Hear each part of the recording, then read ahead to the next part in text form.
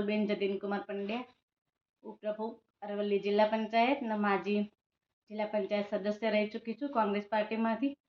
પણ હવે આજે અમે રાજીનામું આપવાના છીએ અને કાલે 600થી વધારે કાર્યકરો સાથે ગાંધીનગર કમલમ ખાતે CR પાટીલ સાહેબના અધ્યક્ષ સ્થાને અમે જોડાવાના છીએ.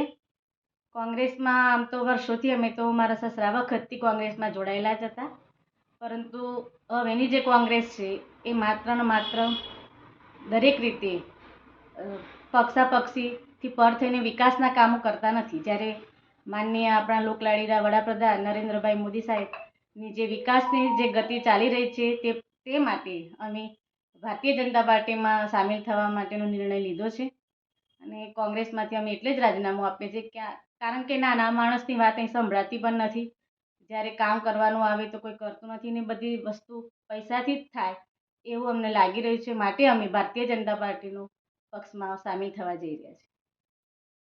આજ રોજ હું કોંગ્રેસ પાર્ટીના સભ્યપદેથી હું રાજીનામું આપું છું.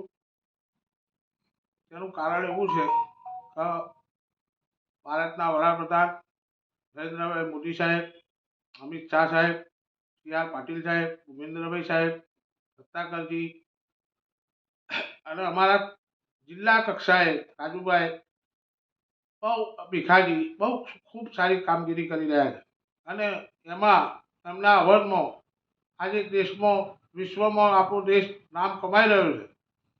તો અવર્ણમાં અમે પણ એના સહભાગી થઈએ અને ભારતીય જનતા પાર્ટીનું કામગીરી કરીએ. એટલે હવે આવતીકાલે 24 તારીખે CR પાટીલ સાહેબની હાજરીમાં કમલમ ખાતે ગાંધીનગર 600થી વધુ કાર્યકર્તાઓ સાથે અમે અને મારા ધર્મપત્ની જો કોંગ્રેસ જિલ્લા કોંગ્રેસ મહિલામાં ઉપપ્રમુખ તરીકે જવાબદારી નિભાવે છે. અમે બંને કાલે આજે રાજીનામું આપીશું અને કાલે અમે ભાજપમાં જોઈન થવાના. કોંગ્રેસમાંથી રાજીનામું આપવાનું કારણ શું છે? કોંગ્રેસની નીતિ અને આ દેશમાં ચાલતા કોઈ પણ સારા કામનો વિરોધ કરવાનો ખોટો એ ખોટા વિરોધમાં અમે સહભાગી થવા માંગતા નથી. એટલે અમે રાજીનામું આપ્યું.